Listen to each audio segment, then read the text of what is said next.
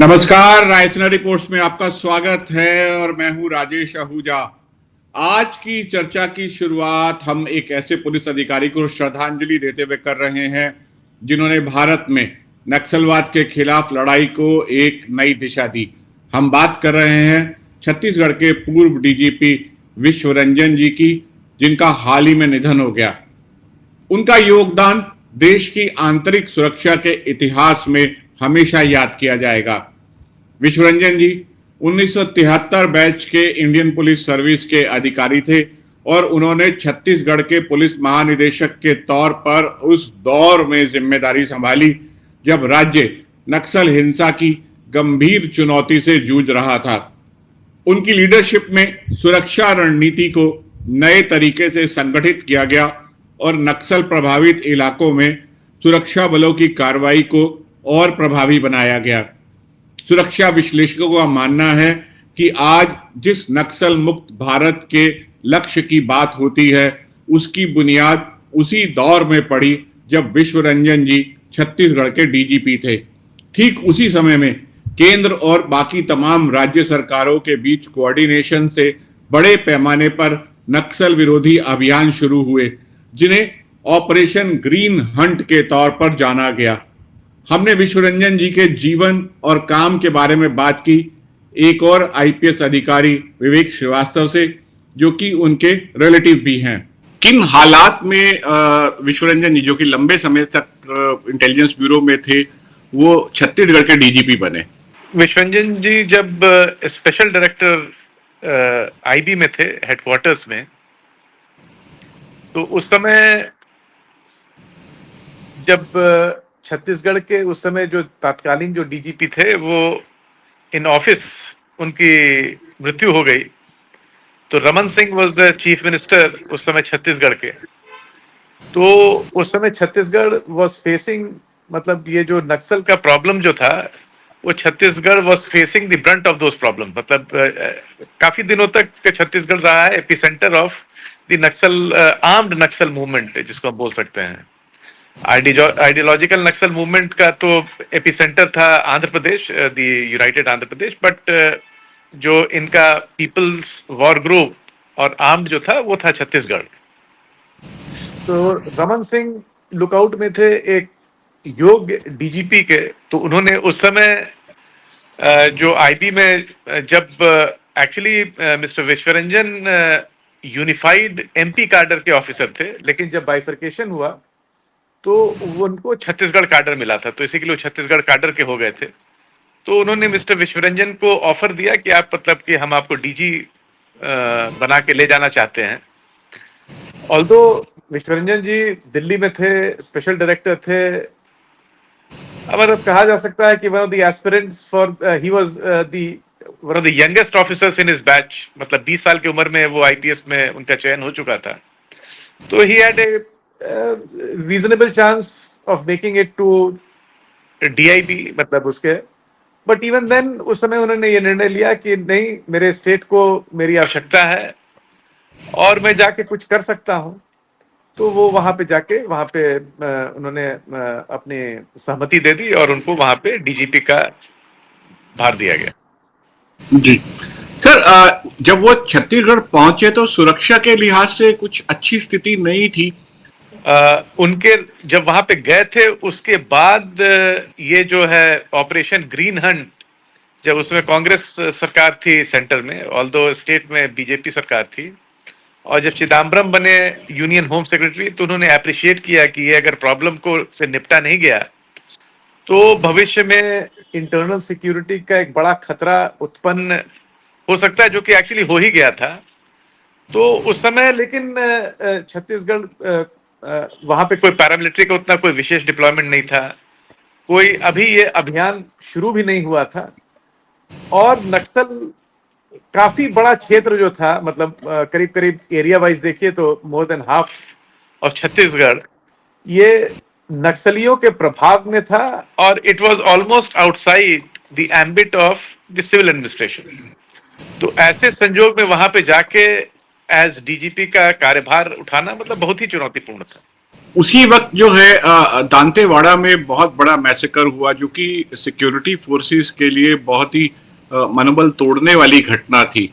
उस समय इंसिडेंटली मैं भी आईबी में थी था, और मैं नक्सल डेस्क ही देखता था। और उनके कार्यकाल के दरमियान ही मैंने जब मैंने शुरुआत में कार्यभार, जब आईबी में जब ये डेस्क मिला था, तो मैं गया भी था विजिट करने वहां पे। तो जैसा मैंने कहा कि ये जो जितने एसओपीज डेवलप हुए ओवर द इयर्स, ये एक एक्सपीरियंस का परिणाम था। तो शुरू में तो सिक्योरिटी फोर्सेस की बहुत क्षति हुई, क्योंकि नक्सल जो थे वो एक्चुअली क्या था कि जो जितने नक्सली जो हैं वहां पे, वो एक्चुअली जो माओइस्ट है, सीपीआई माओइस्ट, जो मतलब चाइना के थे, उनसे प्रभावित थे। दे ऑल्दो दे मार्क्सिज्म को फॉलो करते हैं, but they are really not the मतलब फॉलोअर्स मार्क्सिज्म लेनिनिज्म जो रशिया के हैं उसके फॉलोअर्स नहीं है। मतलब ये सीपीआई जो चाइना की स्ट्रैटेजी का है। तो चाइना की स्ट्रैटेजी में माओ जेडोंग ने एक किताब लिखा है, मतलब ऑन गुरिल्ला वॉरफेयर, एक बड़ी पतली सी किताब है। और उसका, क्योंकि मैंने भी उस किताब को पढ़ा है, और उनकी स्ट्रैटेजी एकदम जो उस किताब में जो दिया गया है कि कैसे गुरिल्ला को बिहेव करना चाहिए, उसी तरह की थी। तो बेसिकली उनका ये था कि जो सीपीआई माओइस्ट एक बहुत ही जो ऑर्गेनाइजेशन है, ये हर लेवल पे कार्य करता है। जो ज्यादा हम लोगों ने देखा है कि वो जो उनका आर्म्ड विंग है, that is the military wing, एक वो हुआ। एक दूसरा है जो सिविल सोसाइटी के साथ काम करता है, जो ओवरग्राउंड रहता है और उसको मॉरल, लीगल और सपोर्ट करता है। देयर सम ऑर्गेनाइजेशंस हर जगह जुड़े हुए हैं, मतलब उनका लॉयर कम्युनिटी में भी एक विंग होगा, सिविल सोसाइटी में भी होगा। So they operate at different levels, मतलब कि गवर्नमेंट में सपोर्ट करना हुआ। तो ऐसे में you have to fight them, मतलब it is something like you are fighting them in the air, on the ground, under the ground. So civil society से फाइट करना बड़ा मुश्किल होता है, बिकॉज क्योंकि they are on the border of legality and illegality. जैसे बहुत से जो माओइस्ट को बाद में जो पकड़ा गया, जो जैसे तो उसमें मतलब कि अलग अलग विचारधारा है कि उनको पकड़ना चाहिए था कि नहीं पकड़ना चाहिए था।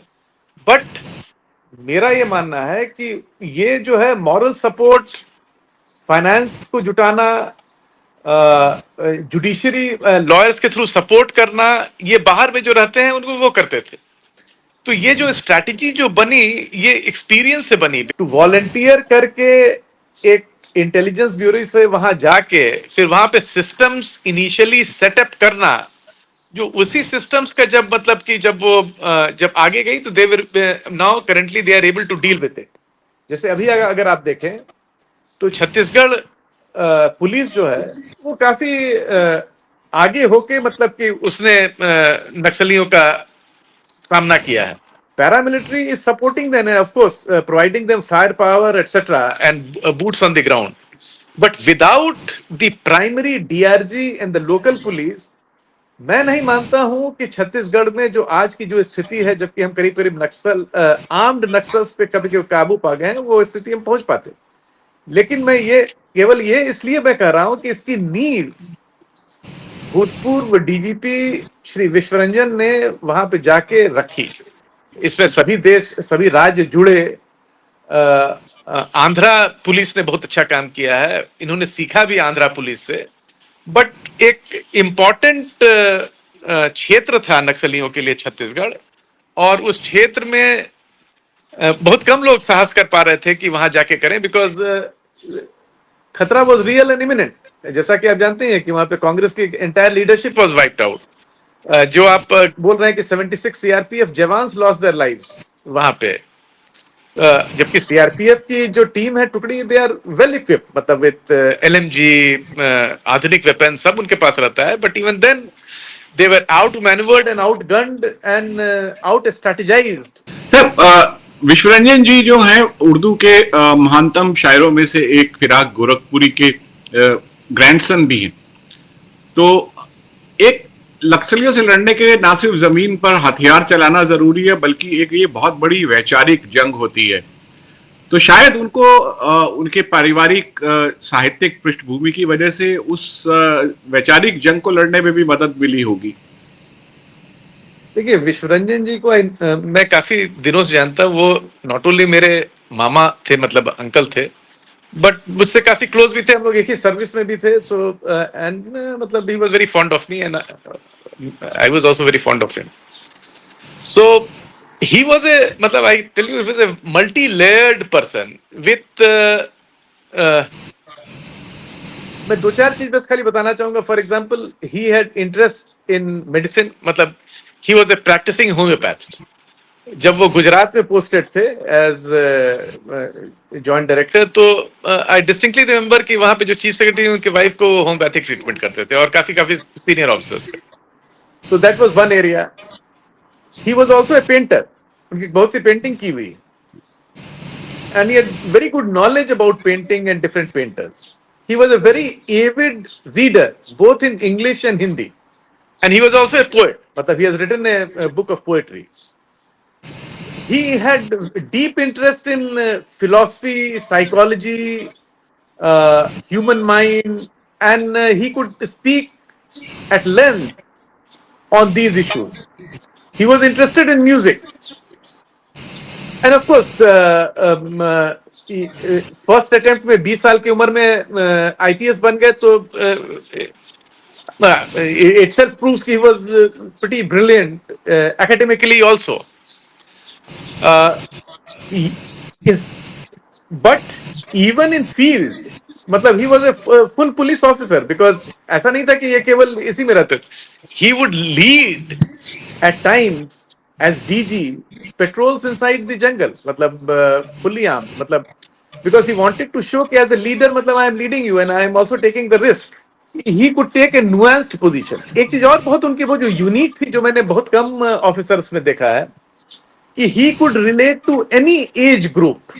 I was very much junior to him, 89 batch, he was 73 batch, मतलब full 15 years junior, but he could engage in a conversation with me and engage her. So I can tell you, whenever he was JD Patna, DD Ahmedabad, young officers would flock to his chamber. He was equally comfortable with the chief secretary. So I have very rarely come across any individual who is comfortable speaking to any age group, any seniority, and could command their respect and following. कभी उनके मन में doubt आता था कि हम इस युद्ध में इंटरनल सिक्योरिटी का जो इतना बड़ा युद्ध चल रहा है उसमें हम कामयाब नहीं हो पाएंगे, ऐसा कुछ डाउट उनके दिमाग में रहा? I can't answer this question directly, but देखिए, ये है कि प्रयास तो जारी था, because as I said, given his intellectual capacity, he was very, very clear that this is a hydra-headed problem. The Maoist violence and the armed group, which basically the police is dealing with directly, that is only one of the heads of this hydra-headed monster. So while he may, even if he's able to vanquish that head, the other heads are still alive, and so it can regenerate. So it has to be a multi-dimensional approach to this problem. And उसके संदर्भ में he had been invited to Berkeley for a talk. And what I learned from him and from others was कि he went there, although he knew very well कि he would get a very hostile audience there. Even then he kept his cool and coolly presented his points. So basically, मतलब he believed in that कि one can only once do one's duty.